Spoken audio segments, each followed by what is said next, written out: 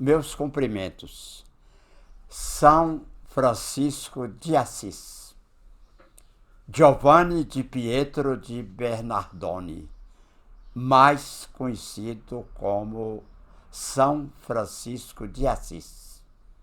Nasceu em Assis, Itália, 1181 ou 1182. Não há certeza do ano de nascimento. Era filho do comerciante italiano Pietro di Bernardone, dei Maricone, e sua esposa Pica Pourlemont, cuja família tinha raízes francesas. Os pais de Francisco faziam parte da burguesia da cidade de Assis e, graças a negócios bem-sucedidos na Provença, França, conquistaram riqueza e bem-estar. Depois de uma juventude irrequieta e mundana, voltou-se para uma vida religiosa de completa pobreza, fundando a ordem mendicante dos frades menores, mais conhecidos como franciscanos. Desenvolveu uma profunda identificação com os problemas de seus semelhantes e com a humanidade do próprio Cristo, a vida de Jesus. Dedicou-se aos mais pobres dos pobres e, quando amou todas as criaturas, chamando-as de irmãos, tanto humanos como animais. Alguns estudiosos afirmam que sua visão positiva da natureza e do homem, que impregnou a imaginação de toda a sociedade de sua época, foi uma das forças primeiras que levaram à formação da filosofia da Renascença. Ou seja, uma espécie de origem do Renascimento, alguns séculos mais tarde. Dante Alighieri, o grande Dante, o autor da Divina Comédia, disse que ele foi uma luz que brilhou sobre o mundo e, para muitos, ele foi a maior figura do cristianismo desde Jesus. Foi canonizado menos de 2 anos após falecer em 1228 e, por seu apreço à natureza, é mundialmente conhecido como santo patrono dos animais e do meio ambiente. O menino cresceu e se tornou um jovem popular entre seus amigos por sua indisciplina e extravagâncias, por sua paixão pelas aventuras, pelas roupas da moda e pela bebida, e por sua liberalidade com o dinheiro, porque era de família rica, mas mostrava uma índole bondosa. Era nessa época fascinado pelas histórias de cavalaria e desejava ganhar fama como herói. Queria ser guerreiro.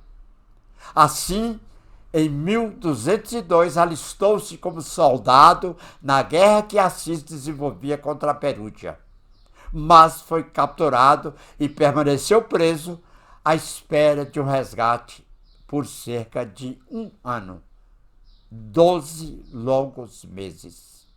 Ao ser libertado, caiu doente, com episódios de febre que duraram quase todo o ano de 1204. Ali se apresentaram as 2 afecções que o acompanharam por toda a sua vida: problemas de visão e no aparelho digestivo.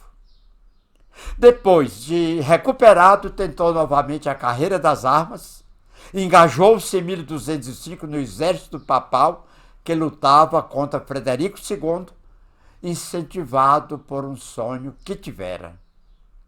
Nele apareceu-lhe alguém chamando pelo nome e levando-o a um rico palácio, onde vivia uma linda donzela e que estava cheio de armas resplandecentes e outros apetrechos de guerra. Indagando de quem eram essas armas esplêndidas e o palácio magnífico, foi-lhe respondido que tudo aquilo era seu e de seus soldados. Animado com a perspectiva da glória, pôs-se a caminho, mas no trajeto teve outro sonho ou uma visão, onde ouviu, segundo a versão da legenda, Trium Sociorum. Que queres que eu faça? E a voz replicou: volta para a tua terra e te será dito que haverás de fazer, pois deves entender de outro modo a visão que tiveste. Poucos dias depois, já em Assis, durante uma algazarra com seus amigos, uma farra, teria sido tocado pela presença divina e, desde então, segundo a legenda, começou a perder o interesse por seus antigos hábitos de vida, a vida de rico, e mostrar preocupação pelos necessitados, ou seja, pelos pobres mais pobres. Retirou-se para uma caverna a fim de meditar, acompanhado de apenas um amigo fiel, para quem revelou suas preocupações e seu desejo de obter o tesouro da sabedoria e de desposar a vida religiosa. Então, só a esse companheiro, na caverna de meditação, ele revelou estar ansioso pela sabedoria e pela nova vida, essa de caráter religioso. Certo dia saiu em passeio pelos campos nos arredores de Assis e, ao penetrar em uma clareira, ouviu o som do sino que os leprosos, proscritos pela sociedade, deviam usar para indicar sua aproximação, e logo se viu frente a frente com um homem doente. Quer dizer, os leprosos, como ao tempo de Jesus, tinham que viver isolados. E esses, no tempo de Francisco de Assis, andavam com o sino para indicar que ninguém devia aproximar-se deles. Fazia frio e o leproso tinha apenas trapos sobre o corpo.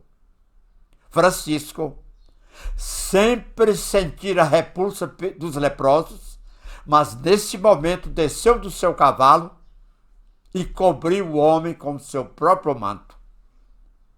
Espantado consigo mesmo, olhou nos olhos do outro, quer dizer, do leproso, e viu sua gratidão. E enquanto ele mesmo chorava, beijou aquele rosto deformado pela moléstia. Este parece ter sido o ponto de virada em sua vida, mas sua vocação não se declarou toda subitamente. Certa feita entrou para orar na igreja de São Damião, fora das portas da cidade de Assis, e ali ele ouviu pela primeira vez a voz do Cristo, o que ele entendeu que fosse a voz de Jesus, que lhe falou de um crucifixo. A voz chamou a sua atenção para o estado de ruína de sua igreja e instou para que Francisco a reconstruísse. Imediatamente voltou para sua casa, recolheu diversos tecidos caros da loja de seu pai e os vendeu a baixo preço no mercado da cidade. E voltou para a igreja onde tivera sua revelação, doando dinheiro para o padre a fim de que ele restaurasse o prédio decadente. Ao saber disso, o pai se enfureceu e mandou que o buscassem. Atemorizado, Francisco se escondeu em um celeiro, onde seu amigo lhe levava um pouco de comida. Passado algum tempo, decidiu rebelar-se e, diante do povo de Assis, se acusou de preguiçoso e desocupado. Quer dizer, um pedido humilde de desculpas aos seus conterrâneos, também à sua família. O pai seguiu e o acusou de dissipador de sua fortuna, reclamando uma compensação pelo que havia tirado sem licença de sua loja.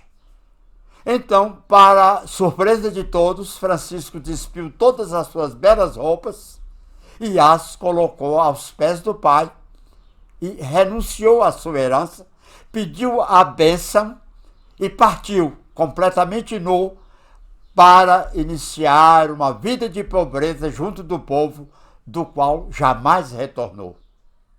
Então, ali era a despedida definitiva da riqueza e de sua família física, do seu sangue. Tomando ao pé da letra o que eu crucifixo ordenara, Francisco iniciou sua nova vida como pedreiro, ajudando a reconstruir diversas igrejas nos arredores de Assis.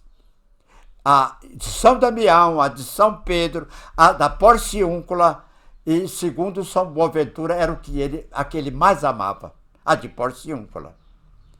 Nela descobriu em 1208 ou 1209, na leitura de uma passagem do Evangelho de Mateus, as linhas gerais que orientaram sua vocação.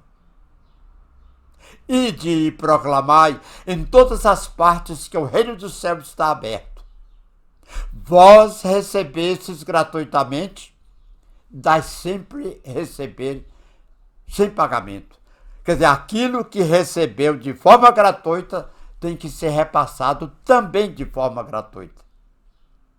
Dessa forma, de devoto passou a ser missionário e começou a pregação da palavra divina, fazendo seus primeiros conversos, entre eles Bernardo de Quintavalle, um rico burguês de Assis, que vendeu tudo o que tinha para dar aos pobres. Também Pietro Catani, que foi mais tarde seu sucessor na ordem, e o irmão Gilles.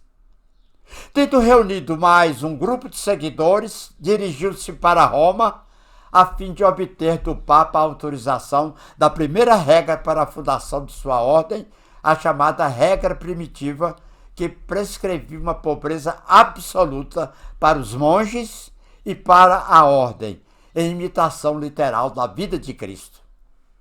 Chegando a Assis, instalaram-se em uma cabana do campo, onde se dedicaram ao cuidado dos leprosos, ao trabalho manual e à pregação, vivendo de esmolas. Logo a cabana se tornou pequena para o crescente número de irmãos, mas o abade do mosteiro beneditino de Monte Subásio lhes concedeu, em fim de 1210, o uso da capela de Porciúncula e de uma terra adjacente. Em 1212, a ordem foi enriquecida com a primeira mulher, Clara Offreducci, a futura Santa Clara, fundadora do ramo feminino dos frades menores, as Clarissas, que logo trouxe suas irmãs, a quem foi dado o uso da capela de São Damião. Seus anos finais foram passados em tranquilidade interior, quando seu amor e compaixão por todas as criaturas fluíam abundantes, ao mesmo tempo que ele experimentava repetidas visões e êxtases místicas, fazia outros milagres, continuava a percorrer a região em pregações e multidões acorriam para vê-lo e tocá-lo. Sentindo a morte próxima, solicitou uma amiga romana, a nobre Jacopa de Settesoli, que trouxesse o necessário para o seu sepultamento. E também alguma comida bem preparada que ele havia provado em sua residência em Roma e que deveria aliviar seu sofrimento. Foi despedir-se de Clara e das irmãs em São Damião e voltou a Porciúncula. Deu instruções para ser sepultado nu e no pôr do sol de 3 de outubro de 1226, depois de ler algumas passagens do Evangelho. Faleceu rodeado de seus companheiros, nobres amigos e outras personalidades. Volta ao mundo espiritual em 3 de outubro de 1226. Menos de 2 anos depois, o Papa Gregório IX foi pessoalmente para Assis para canonizá-lo, o que aconteceu em 6 de julho de 1228. E em 1230 foi inaugurada uma nova basílica em Assis, que recebeu seu nome e hoje guarda suas relíquias e abriga o seu túmulo definitivo. Para a conclusão, um dos mais belos versos religiosos, a oração de São Francisco. Senhor, fazei-me um instrumento de vossa paz. Onde houver ódio, que eu leve o amor. Onde houver ofensa, que eu leve o perdão. E onde houver discórdia, que eu leve a união. Onde houver dúvidas, que eu leve a fé. Onde houver erros, que eu leve a verdade. Onde houver desespero, que eu leve a esperança. Onde houver tristeza, que eu leve a alegria. E onde houver trevas, que eu leve a luz. Ó Mestre, fazei que eu procure mais consolar que ser consolado, compreender que ser compreendido, amar que ser amado, pois é dando que se recebe, é perdoando que se é perdoado, e é morrendo que se vive para a vida eterna. Repetindo, e é morrendo que se vive para a vida eterna.